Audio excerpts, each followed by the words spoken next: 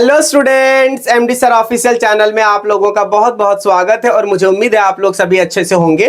तो आज के सेशन में हम लोग पढ़ने वाले हैं महाराष्ट्र बोर्ड के 10th स्टैंडर्ड का मैथ्स 2 दैट इज ज्योमेट्री। और ज्योमेट्री में हम लोग पढ़ेंगे आज चैप्टर नंबर 2 और चैप्टर नंबर 2 हमारा है पाइथागोरस थ्योरम। इस पाइथागोरस थ्योरम वाले चैप्टर में आज हम लोग करेंगे प्रैक्टिस सेट 2.1। ओके, और ये सेशन हमारा जो होने वाला है वो हमारा 4th सेशन है, मींस ये हमारा आज का लेक्चर 4th लेक्चर है प्रैक्टिस सेट 2.1 के ऊपर। ठीक है, इससे पहले मैंने ऑलरेडी 3 सेशन लिया है, 3 लेक्चर कंप्लीट हो चुका है। तो जिन स्टूडेंट्स का एक भी लेक्चर अगर छूट गया है तो वो याद से हमारे YouTube channel MD sir official पे जाकर के वो सारे वीडियोस को देख लीजिए, सारे क्लासेस को अटेंड कर लीजिए, क्योंकि वो भी सेशन जो है ना वो बहुत इंपॉर्टेंट सेशन है। आपको इस बात का ख्याल रखना है कि जो प्रैक्टिस सेट 2.1 का मैंने पहला सेशन, दूसरा और तीसरा लिया ना, उसमें से कई बार ऐसे क्वेश्चंस रिपीट बोर्ड एग्जामिनेशन में आए हैं। तो बोर्ड एग्जाम के नजरिए से अगर देखें तो वो तीनों सेशन बहुत इंपॉर्टेंट है। ठीक है, उसमें से ऑलरेडी थ्योरम के साथ साथ में उसके एग्जांपल्स एंड साथ ही साथ उसके क्वेश्चंस भी एक्सप्लेन किए गए हैं। ठीक है,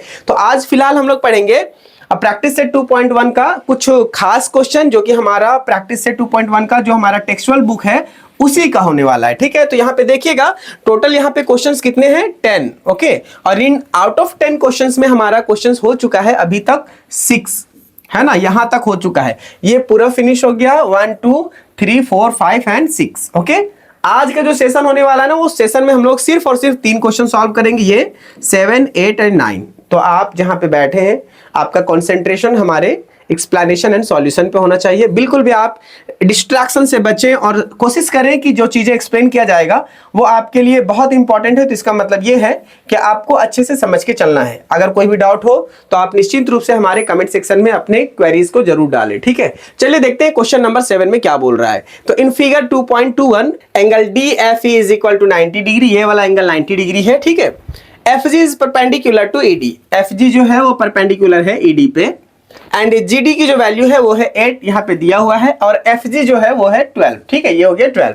आपको जो फाइंड करना है वो है EG, FD एंड EF। ठीक है, यहां तक क्वेश्चन समझ में आ गया आप लोगों को। तो हम लोग देखते हैं कि इसका सॉल्यूशन कैसे करेंगे। तो इसको सबसे पहले क्लियर करते हैं और जो चीजें गिवन है उसको हम लोग पहले लिखेंगे। ठीक है, यहाँ पे सबसे बात इंपॉर्टेंट है, जो चीजें गिवन है उसको लिखना जरूरी। तो यहाँ पे देख रहे हैं कि एंगल DFE जो है, एंगल DFE जो है वो है 90 डिग्री। ठीक है, दूसरा जो है वो इसमें GD इज इक्वल टू क्या है, GD इज इक्वल टू 8 है, एंड FG जो है वो है हमारा 12। ठीक है, ये 12 हो गया। अब आपको फाइंड करना है नंबर 1 2 एंड 3। तो स्टार्ट करते हैं हम लोग क्वेश्चन नंबर 7 का 1। ओके, ये हो गया 1। अब 1 में हम लोग कैसे सॉल्व करेंगे, देखिए यहाँ पे थोड़ा सा समझिएगा क्या बोल रहा है क्वेश्चन में कि आपको इजी फाइंड करना है। तो इजी ध्यान दीजिए कि ये वाला पार्ट है इजी, ये क्या है पार्ट इजी। अब क्वेश्चन का सॉल्यूशन कैसे करेंगे तो इसका एक्सप्लेनेशन पहले आप सुनिए। ये ट्रायंगल DFE में ध्यान दीजिए। DFE में क्या है, एक ट्रायंगल में जो सेगमेंट बना है FG, वो FG क्या है, परपेंडिकुलर है। FG क्या है, परपेंडिकुलर है लाइन ED का। तो ये बात क्लियर हो गया कि ये जो ट्रायंगल है वो राइट एंगल ट्रायंगल है। कैसा ट्रायंगल है ये, राइट एंगल ट्रायंगल, क्योंकि यहाँ पे देखिए DFE जो है वो है हमारा 90 डिग्री, तो राइट एंगल ट्रायंगल हो गया। अब इस एंगल से लेकर के यहाँ पे इस हाइपोटेन्यूज पे जो सेगमेंट ड्रॉ किया गया है वो परपेंडिकुलर है, मतलब 90 डिग्री है। तो इस तरह के कंडीशन में हम लोग थ्योरम ऑफ ज्योमेट्रिक मीन का यूज करते हैं। तो यहाँ पे क्या हो जाएगा हमारा, सबसे पहले बात ध्यान रखिएगा कि EG जो है वही आपको फाइंड करना है। ठीक है, तो इन ट्रायंगल DFE हम लोग क्या नोटिस किए कि यूजिंग या bye theorem of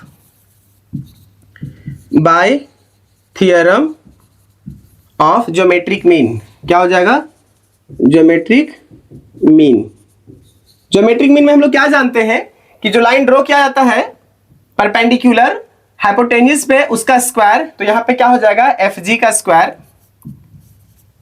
square is equal to product of its divided part of the hypotenuse. तो GD इंटू EG क्या हो जाएगा, GD इंटू EG।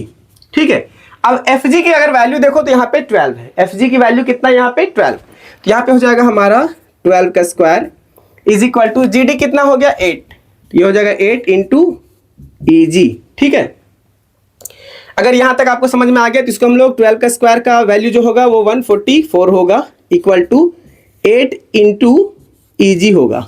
ठीक है, अब आप इसको 8 से डिवाइड कर दीजिए 144 को, तो डायरेक्ट कैंसिल कीजिए, 8 1 जा 8, यहाँ पे 8 1 जा 8 होगा। अब यहाँ पे कितना बच गया 6, अब 6 and 4 कितना हो जाएगा 64, तो 8 8 जा 64, that will be 18 is equal to EG. तो ईजी की जो वैल्यू आया वो कितना आया 18 आ गया। ठीक है, ये हो गया हमारा फर्स्ट पार्ट। अब हम लोग देखेंगे सेकेंड पार्ट। सेकेंड पार्ट में क्या है, एफडी फाइंड करना है। दूसरा वाला जो उसमें क्या फाइंड करना है, एफडी। अब थोड़ा सा फिर से वापस ध्यान दीजिए डायग्राम पे, आपको क्या फाइंड करना है, एफडी, ये वाला पार्ट फाइंड करना है। अब थोड़ा सा समझिएगा डायग्राम को, ठीक है। Triangle D F G, triangle D F G, ये एफ से लेकर के डी तक या डी से लेकर के एफ तक का जो पार्ट है उसको फाइंड करना है ना।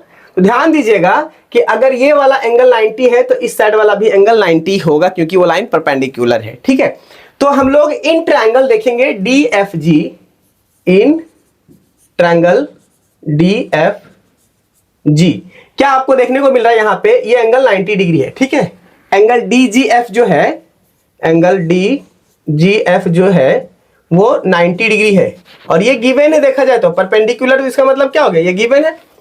तो यहां पे अब हम लोग अगर वो 90 डिग्री वाला एंगल को नोटिस कर पा रहे हैं तो हम लोग पाइथागोरस थ्योरम को यूज करेंगे इस पार्ट को फाइंड करने के लिए। ठीक है, तो bye Pythagoras theorem, by Pythagoras theorem, ठीक है, पाइथागोरस थ्योरम के माध्यम से क्या हो जाएगा, एफडी जो होगा, एफडी जो होगा वो किसके बराबर होगा, जीडी स्क्वायर प्लस एफजी के स्क्वायर बराबर है ना। तो GD square plus FG square plus FG square. ठीक है, अब एफडी का जो वैल्यू हम लोग को निकालना है, एज इट इज रहेगा एफडी।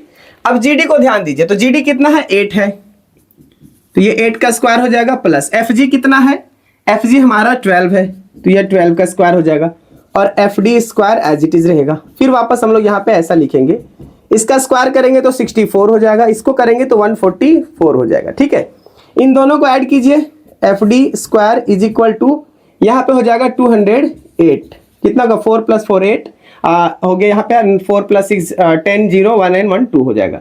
अब यहाँ पे एफ डी का स्क्वायर को इस साइड में अगर कन्वर्ट करेंगे तो रूट में हो जाएगा, और ये हो जाएगा √208। अब क्या करना है, इस 208 का फिगर को हम लोग रूट के बाहर लाएंगे, तो इसके लिए क्या करना पड़ेगा, हम लोगों को इस नंबर को फैक्टर निकालना पड़ेगा। तो फैक्टर निकालते हैं इसका, 208 आया। अब 208 से हम लोग इसको सबसे स्मॉलेस्ट नंबर से फैक्टर निकालेंगे, तो ये हो जाएगा 104। ठीक है, इसका हाफ हो जाएगा, फिर यहां से वापस कितना हो जाएगा, हाफ इसका 52, फिर इसका हाफ हो जाएगा 26, और इसका हाफ हो जाएगा 13। फैक्टर निकालना तो आपको बहुत लोअर क्लास में ही सिखा दिया जाता है, 6 7 में ही। ठीक है, तो आपको मालूम ये पड़ा कि ये वाला पार्ट पूरा फैक्टर है। तो एफडी को आप चाहो तो ऐसे भी लिख सकते हो, √4 बार है ना, तो 4 बार लिखो एंड इनटू 13। अब देखो कॉमन जो है वो उसको बाहर कर दो, तो एफडी इज इक्वल टू 2 × 2, दोनों कॉमन बाहर आ गया। अब अंडर रूट क्या बच गया आपका 13, तो 2 2 जा 4, एफडी क्या हो जाएगा हमारा 4 हो जाएगा और 13 हो जाएगा। तो ये आपका वैल्यू हो गया एफडी का, ये वैल्यू हो गया किसका, एफडी का। अब हमारे पास जो थर्ड क्वेश्चन बचा है वो ईएफ, क्या है हमारा ईएफ। तो क्वेश्चन को वापस समझते हैं जरा सा। ठीक है, देखो क्वेश्चन तो बहुत छोटा लग रहा है, लेकिन इसमें एक्सप्लेनेशन हम लोगों को थोड़ा एक्सटेंड करके बताना पड़ रहा है चीजें आपको समझाने के लिए। ओके, तो अब यहाँ पे देखिए क्या बोल रहा है ईएफ। तो ईएफ कैसे निकलेगा, ये वाला पार्ट आपको निकालना है। ठीक है, तो हम लोग थोड़ा सा स्क्रीन को इस साइड लेते हैं जरा सा, और उसके बाद यहां से हम लोग सॉल्व कर लेंगे। तो इसकी जरूरत नहीं मेरे ख्याल से, क्योंकि इसका फैक्टराइजेशन आपको रफ में करना है और आप रफ में ही कीजिएगा।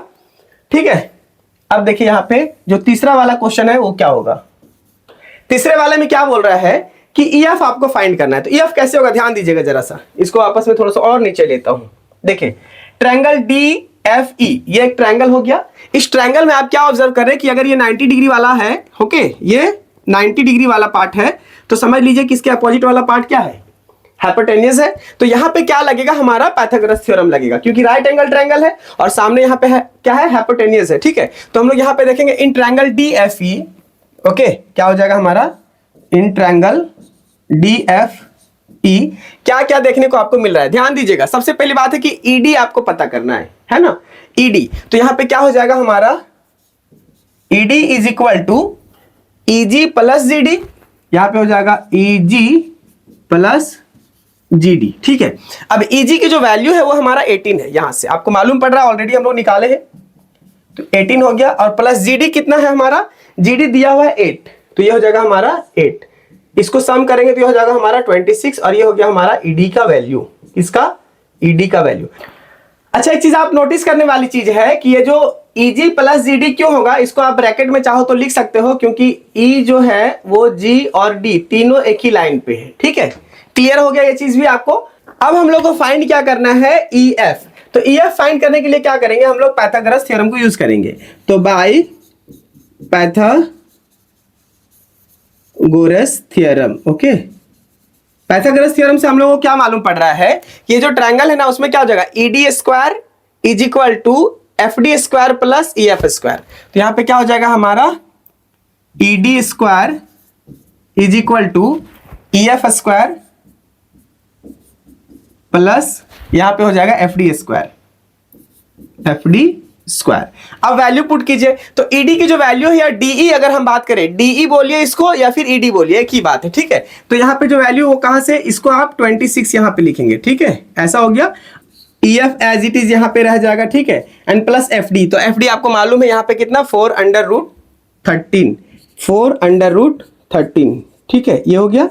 अब इसको भी आप स्क्वायर कर दो। अब यहाँ पे ध्यान दीजिएगा, 26 का स्क्वायर होता है 676 is equal to E F square as it is रह जाएगा, एंड प्लस 4 का स्क्वायर कितना होता है, 16। ठीक है, ये हो जाएगा हमारा 16 इंटू 13 हो जाएगा। ठीक है, अब यहाँ पे देखिए 676 तो एज इट इज रहेगा equal to E F square, और ये इसको मल्टीप्लाई करेंगे, तो इसको जब मल्टीप्लाई करेंगे 16 इंटू 13, तो ध्यान रखिएगा ये भी 16 इंटू 13 की अगर यहाँ पे एक तरह से देखा जाए तो ये किसका फैक्टर है, इसका है ना, तो ये हो जाएगा हमारा 208, और दोनों को मल्टीप्लाई करो तो आपको मिलेगा रिजल्ट 208। अब इसको इस साइड ले आओ, तो 676 minus 208 is equal to E F square हो जाएगा। ठीक है, अब यहाँ पे आपको क्या करना है, माइनस कर देना है, तो यहाँ पे क्या हो जाएगा, 8 हो जाएगा, और उसके बाद 6 हो जाएगा, इधर 8 हो जाएगा, 6 हो जाएगा, एंड देन 4 हो जाएगा ना, 468 is equal to E F square. फिर से वापस आपको 468 का फैक्टर निकालना पड़ेगा, तो यहाँ पे हम रफ में निकाल दे रहे हैं, फिर बाद में उसको हम लोग क्लियर कर देंगे। तो 468 का क्या होगा, देखो 468 है ना, बहुत डिटेल में आपको बताया जा रहा है। 2 से होगा तो 2 3 4, फिर वापस 2 से होगा 2 1 1 7, यहाँ पे ये हो गया। अब उसके बाद कितने से होगा, 3 से, 3 3 जा 9 एंड 3 9 जा 27, ओके। फिर अगेन 3 से, तो 3 1 जा 3 एंड 3 3 जा 9, ओके, ये हो गया। तो आपके पास दो चीजें मिला है ना, ये कॉमन और ये कॉमन मिल गया, और 13 अंडर रूट रहेगा, तो आप डायरेक्टली इसको ऐसा लिख सकते हो 468 is equal to E F. ठीक है, इसका फैक्टर आप जब निकाले तो आपको क्या मालूम पड़ा कि ये हो जाएगा हमारा 2 इंटू 2 इंटू 3 इंटू 3 इंटू 13, ठीक है, इक्वल टू ई एफ। फिर वापस जब इनका कॉमन निकालोगे तो क्या हो जाएगा, 2 इंटू 3 इंटू अंडर रूट 13 हो जाएगा, ठीक है, is equal to E F. थोड़ा सा इसको ऊपर और लेते हैं हम जरा सा, ठीक है। उसके बाद आगे देख लीजिए, यहाँ पे सॉल्यूशन क्या हो जाएगा, 2 3 जा 6 हो जाएगा, अंडर रूट 13 हो जाएगा, is equal to E F. ठीक है, इसको आप इरेज कर दो, इसकी कोई जरूरत फिलहाल नहीं है यहाँ पे, ठीक है। अब हम लोग क्या देखें कि जो चीजें हम लोग यहाँ पे सॉल्व किए वो थोड़ा काफी लेंदी ऐसा महसूस हो रहा है, लेकिन ऐसा कुछ खास लेंदी चीजें नहीं है। यहाँ पे सिर्फ दो फॉर्मूला को हम लोगों ने यूज किए। कौन कौन से फॉर्मूला हमारा हुआ, एक तो ज्योमेट्रिक मीन का थ्योरम यूज किए और दूसरा हम लोग पाइथागोरस थ्योरम यूज किए। तो ध्यान रखिएगा कि ये कोई बड़ा चीज नहीं था, आप बहुत आसानी से इसको सॉल्व कर सकते हो अपने नोटबुक में। यहाँ पे आप इसका एक स्क्रीनशॉट ले लो, ठीक है, और देयरफॉर करके आप लिख सकते हो सेपरेट यहाँ पे कि द वैल्यू ऑफ, पहले वाला का क्या था, इजी ना, इजी इज इक्वल टू क्या हो गया हमारा 18। दूसरे वाले का क्या था, दूसरे वाले में क्या था हमारा एफ डी ना, तो यहां पे हो जाएगा F D is equal to 4 under root 13। और तीसरे वाले में हमारा क्या था, ई एफ, ठीक है, तो ई एफ की वैल्यू कितना है 6 रूट अंडर 13। ये हो गया आपका फाइनल सॉल्यूशन। और आप चाहो तो इसका एक स्क्रीनशॉट ले लो, याद से स्क्रीनशॉट ले लेना, ठीक है। इसलिए बोल रहा हूं क्योंकि नोटबुक में जब इसको लिखोगे ना आप तो बाद में इसको समझ सकते हो, ठीक है। अब हम लोग देखेंगे क्वेश्चन नंबर 8। तो देखिए क्वेश्चन नंबर 8 में क्या बोल रहा है कि find the diagonal of a rectangle whose length is 35 centimeter and breadth is 12 centimeter, ठीक है। तो ये चीज बहुत ही आसान होगा फाइंड आउट करना डायगोनल किसी भी रेक्टेंगल का। तो उससे पहले आप ध्यान रखना कि जो चीजें गिवन है उसको आप गिवन में लिखो। तो गिवन में क्या लिखा है कि लेंथ जो है वो है हमारा 35 सेंटीमीटर, ठीक है, और ब्रेथ जो हमारा है वो है 12 सेंटीमीटर। क्लियर हो गया। आपको क्या फाइंड करना है, हम लोगों को फाइंड करना है डायगोनल, ओके। तो डायगोनल फाइंड करने के लिए क्या करेंगे, सबसे पहले हम लोग एक इमेज लेते हैं या फिर रेक्टेंगल बोल सकते हैं, उसको ड्रॉ कर लेते हैं। इस रेक्टेंगल में हम लोग एक डायगोनल ड्रॉ करते हैं और डायगोनल आपको पता है एक वर्टेक्स से दूसरे वर्टेक्स तक टच करता है अपोजिट वाले में, ठीक है। तो ये हो गया हमारा इस रेक्टेंगल का डायगोनल। अब इस रेक्टेंगल का नेमिंग कर दो ABCD, ठीक है। इस डायगोनल के वजह से दो रेक्टेंगल बन गया। अब थोड़ा सा ध्यान रखिएगा कि एक रेक्टेंगल जो है ना उसकी प्रॉपर्टीज है कि उसके सारे एंगल 90 डिग्री होगा, मतलब राइट एंगल होगा, ठीक है। तो यह होगा हमारा राइट एंगल और ये भी हमारा होगा राइट एंगल, मतलब सारे एंगल्स राइट एंगल ही होते हैं, इस बात का आप ध्यान रखिएगा। तो इस राइट एंगल की वजह से क्या बन गया हमारा ट्रायंगल ACD, एक राइट एंगल ट्रायंगल बना। डायगोनल की वजह से दो ट्रायंगल बना ना, तो एक ये वाला पार्ट बन गया ट्रायंगल और एक ये वाला। तो हम किसी एक ट्रायंगल को लेंगे और उसी से हम लोग डायगोनल को फाइंड आउट करेंगे, क्योंकि ये जो डायगोनल है ना ट्रायंगल का ही पार्ट है, ठीक है। तो ध्यान रखिएगा। अब यहां से बहुत सिंपल कर सकते हैं हम लोग कि इन ट्रायंगल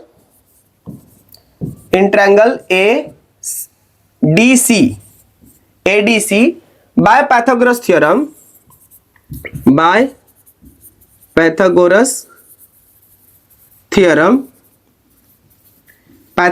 आप लोगों को मालूम है क्या है, हाइपोटेन्यूज। यहां पे क्या है, देखिए यहां पे डायगोनली हाइपोटेन्यूज है ना, तो AC स्क्वायर हो जाएगा, AC square is equal to नीचे क्या हो जाएगा CD स्क्वायर प्लस उधर क्या हो जाएगा AD स्क्वायर। ये हो गया हमारा पाइथागोरस थ्योरम। मतलब समझिएगा hypotenuse square is equal to base square plus perpendicular height square, ठीक है।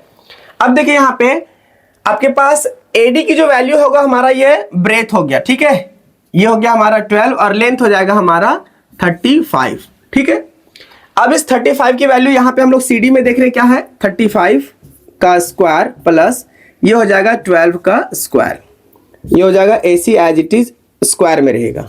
फिर यहाँ पे AC square is equal to, इसको जब 35 का आप स्क्वायर करेंगे तो ये हो जाएगा 1225 प्लस 12 का स्क्वायर अगर करेंगे तो ये हो जाएगा हमारा 144।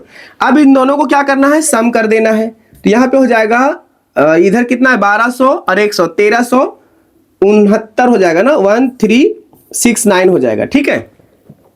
अब ये हो गया AC का स्क्वायर। अब अगर सिर्फ AC आपको फाइंड करना है क्योंकि डायगोनल AC है ना, तो ये हो जाएगा इस स्क्वायर को इधर सेंड करने के बाद में अंडर रूट हो जाएगा 1369 और ये 1369 किसका स्क्वायर है, ये है, बताइए क्या है, कमेंट में जल्दी जल्दी बताइए। ये है 37 का, किसका है ये 37 का है, ठीक है। तो AC की जो वैल्यू है वो कितना है 37। तो देयरफॉर आप लोग एक लास्ट स्टेटमेंट लिख सकते हो कि द लेंथ ऑफ डायगोनल और डायगोनल क्या है, डायगोनल AC जो है वो क्या हो जाएगा हमारा 37 सेंटीमीटर। और ये बहुत ही सिंपल क्वेश्चन था और बहुत दिन से हम लोग पढ़ते आ रहे ऑलरेडी। राइट एंगल ट्रायंगल का जो थियरी था उसमें ऑलरेडी हम लोगों ने 7-8 में भी किया था, तो इसमें कोई बड़ा चीज नहीं था। अब हम लोग फिलहाल देखेंगे क्वेश्चन नंबर 9 और क्वेश्चन नंबर 9 में क्या है देखिए, यहाँ पे थोड़ा ध्यान दीजिएगा, ओके। इसमें थोड़ा चीजें अलग है और प्रूफ भी करना है। In the figure 2.22 M is the mid point of QR, है ना। देखिए QR एक सेगमेंट है इस ट्रायंगल का जो कि M उसमें एक मिड पॉइंट है। एंगल PRQ इज 90 डिग्री, मतलब ये वाला पार्ट है जो वो 90 डिग्री है। And prove that PQ square, ये जो पी क्यू स्क्वायर है वो इसके बराबर होगा 4pm square minus 3pr square. ठीक है, तो अगर यहां तक क्वेश्चन समझ में आ गया तो हम लोग क्या करेंगे, पहले नंबर में गिवन वाला पार्ट को लिखेंगे। देखिए बार बार हम गिवन वाला क्यों इंप्रेस कर रहे हैं आप लोगों को मालूम है? उसका रीजन ये है कि ये पहला स्टेप ही है जिसमें हम लोग, जिसके माध्यम से हम चीजों को यूटिलाइज करेंगे अपने सॉल्यूशन के टाइम पे। ठीक है, तो सबसे पहले देखिए यहां पे लिखा है कि m is the mid point, है ना, m is mid point of side Q R ना, तो ये क्यू आर हो जाएगा। Angle P R Q, angle P R Q is equal to 90 degree given है। And then again to prove, क्या prove करना है हम लोगों को, P Q square is equal to 4pm square minus 3pr square. ठीक है, नाउ अब हम लोग स्टार्ट करेंगे प्रूफ करना। तो यहां पे देखिएगा थोड़ा सा, इसमें दो ट्रायंगल है। कितने ट्रायंगल हैं? दो ट्रायंगल, और दोनों राइट एंगल ट्रायंगल है। देखिए यहां पे पी आर क्यू एक ट्रायंगल हो गया, इसका 90 डिग्री हो गया, फिर पी आर एम इसका 90 डिग्री हो जाएगा, मतलब ये ट्रायंगल पी आर एम है ना, इसका भी एक 90 डिग्री हो जाएगा। एंगल आपको दिख रहा है ना, इस ट्रायंगल के लिए भी यही होगा और इस ट्रायंगल के लिए भी यही होगा, मतलब दोनों ट्रायंगल के जो एंगल होगा पी आर एम वो क्या हो जाएगा, राइट एंगल हो जाएगा। ठीक है, तो देयरफॉर हम लोग यहां से स्टार्ट करते हैं कि in triangle P R Q, in triangle P R Q इसका पाइथागोरस थ्योरम से क्या होगा, बाय पाइथागोरस थ्योरम क्या हो जाएगा बताइए? यहां पे हो जाएगा हाइपोटेन्यूज, ये हो जाएगा तो पी क्यू स्क्वायर, ये हो जाएगा P Q square is equal to P R square plus P R Q square, P R square plus R Q square, R Q square. ये हो गया हमारा फर्स्ट कंडीशन। ठीक है, अब हम लोग देखेंगे ये ट्रायंगल बड़ा वाला पार्ट का खत्म हो गया, अब छोटा वाला ट्रायंगल देखेंगे, ये वाला पार्ट का। ठीक है, तो हम फिर से वापस इसको क्लीन कर देते हैं। ठीक है, चीजें आपको क्लियर नजर आएगा। इन ट्रायंगल कौन सा हो जाएगा, P R M, P R M, फिर से वही Pythagoras theorem by Pythagoras theorem क्या हो जाएगा हमारा, ये होगा ना hypotenuse P M square, P M square is equal to क्या हो जाएगा, P R square plus R M square, P R square plus R M square. ये हो गया हमारा सेकेंड कंडीशन। अब देखिए हम लोग दो ट्रायंगल का जो पाइथागोरस थ्योरम को यूज करके वैल्यू लाना था वो ले आए। ठीक है, अब आपको थोड़ा सा ध्यान देना पड़ेगा कि चीजें हमको फाइंड आउट क्या करना है। तो फाइंड आउट आपको करना है P Q square is equal to 4pm square minus 3pr square. ठीक है, तो ये चीजें हम लोग एक सिचुएशनल है जो कि हम लोगों को अपने से माइंड लगाना पड़ेगा, इसके लिए कोई स्पेशलाइज्ड मेथड नहीं है। तो चीजें हमारे पास जो है ना, बस यहीं से यूटिलाइज करके हम लोग उसकी वैल्यू को फाइंड आउट करेंगे। ठीक है, आर एम जो होगा वो होगा हाफ ऑफ किसका, आर क्यू का, है ना, किसका हो जाएगा, आर क्यू का। अब इसका रीजन समझिए, आर एम जो ये वाला पार्ट है ना, ये हाफ होगा इसका, क्यों, क्योंकि एम जो है ना वो मिड पॉइंट है, तो हम लोग लिखेंगे कि M is the mid point of side R Q का, इसका हाफ हो जाएगा। ठीक है, क्योंकि m जो है मिड पॉइंट है वो आर क्यू का मिड पॉइंट है। अब यहां तक अगर चीजें समझ में आ गया आपको, तो अब यहीं से शुरुआत होगा चीजें हमारा। अब हम लोग थोड़ा सा यहां से एक लाइन ड्रॉ कर लेते हैं और इसको थोड़ा साइड कर देते हैं। ठीक है, और यहां से आपको एक्सप्लेनेशन और अच्छे से समझ में आएगा। अब यहां पे थोड़ा ध्यान दीजिएगा क्या चीजें हम लोगों को करना है। ठीक है, तो देखिए यहां पे क्या हो जाएगा, जैसे यहां पे आप नोटिस कर रहे होंगे कि ये जो pm है ना, ये pm, और यहां पे देखिए यहां पे एक है rm स्क्वायर। ठीक है, तो इसकी वैल्यू हम लोग यहां पे पुट इन कर सकते हैं। तो यहां पे लिखेंगे कि pm square is equal to, यहां पे क्या है, pr स्क्वायर है ना, तो pr स्क्वायर हो जाएगा, pr स्क्वायर प्लस इस rm स्क्वायर में हम लोग इस rm की वैल्यू पुट कर सकते हैं ना, ये rm का, तो क्या हो जाएगा हमारा हाफ r क्यू, क्या हो जाएगा हमारा हाफ r क्यू, ये हो गया, इसका भी स्क्वायर होगा। अब इसको सॉल्व करते हैं हम लोग, तो जब इसको सॉल्व करेंगे तो क्या आएगा रिजल्ट देखिएगा, ठीक है। देखिए यहाँ पे एज इट इज रहेगा पी आर स्क्वायर प्लस 1/2 है तो ये 1/4 हो जाएगा, और ये हो जाएगा हमारा आर क्यू स्क्वायर, ठीक है। अब जो चीजें आपको देखने को चाहिए वो आपको कुछ मिल रहा है क्या देखने से, यहाँ पे देखिए, यहाँ पे पी क्यू है और यहाँ पे पी एम है, वहां पे पी क्यू नहीं है ना, तो हम लोगों को पी क्यू कैसे आएगा उसकी हम थोड़ी सी आपको जानकारी देंगे। अभी फिलहाल यहाँ पे हम लोग क्या करेंगे, कैलकुलेट करेंगे। तो कैलकुलेशन हमारा कैसा होगा, देखिए सबसे पहली बात, आप चाहो तो इसको पूरे मल्टीप्लाई कर दो 4 से, या फिर इसको 4 को इधर उधर घुमाते रहो तो बात वहीं पे आके रुकेगा, ठीक है। इससे बेटर होगा कि सारे टर्म्स को हम लोग 4 से मल्टीप्लाई कर देंगे, है ना। तो लिखेंगे यहाँ पे कि मल्टीप्लाई ईच टर्म बाई 4, ठीक है। अगर हम 4 से मल्टीप्लाई कर देंगे तो क्या हो जाएगा, ये 4pm स्क्वायर हो जाएगा is equal to 4pr square हो जाएगा, और ये हमारा हो जाएगा प्लस 4 इंटू 1/4 rq स्क्वायर, ये हो जाएगा। अब देखिए ये 4 और ये 4 कैंसिल हो जाएगा तो क्या बचेगा हमारे पास, 4pm square is equal to 4pr square plus ये सिर्फ rq स्क्वायर बचेगा। क्या बचेगा हमारे पास, सिर्फ rq स्क्वायर, ठीक है। अब इसके बाद थोड़ा सा ध्यान दीजिएगा कि हम इसको अलग पार्ट में डिफरेंशिएट कर सकते हैं। कैसे डिफरेंशिएट करेंगे देखिएगा, ये हो जाएगा हमारा, सपोज कर लो कि 3pr स्क्वायर, और एक बार हम लोग लिख सकते हैं pr स्क्वायर, कोई डिफरेंस नहीं है, ये दोनों को फिर से ऐड करो, वापस आपका 4pr स्क्वायर आ जाएगा। और फिर बगल में यहाँ पे क्या है, rq स्क्वायर।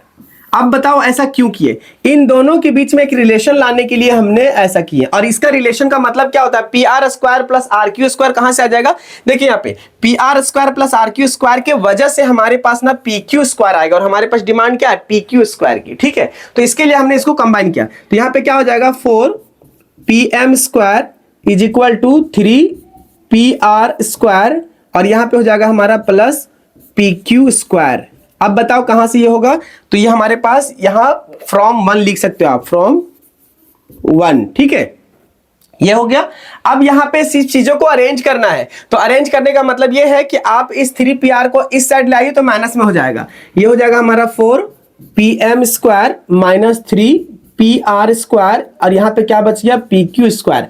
चीजें डिमांड यही था, pq square is equal to 4pm square minus 3pr square. तो आप इसको क्या करो, लेफ्ट वाले को राइट साइड में, राइट वाले को लेफ्ट साइड में, बस और कुछ नहीं करना है।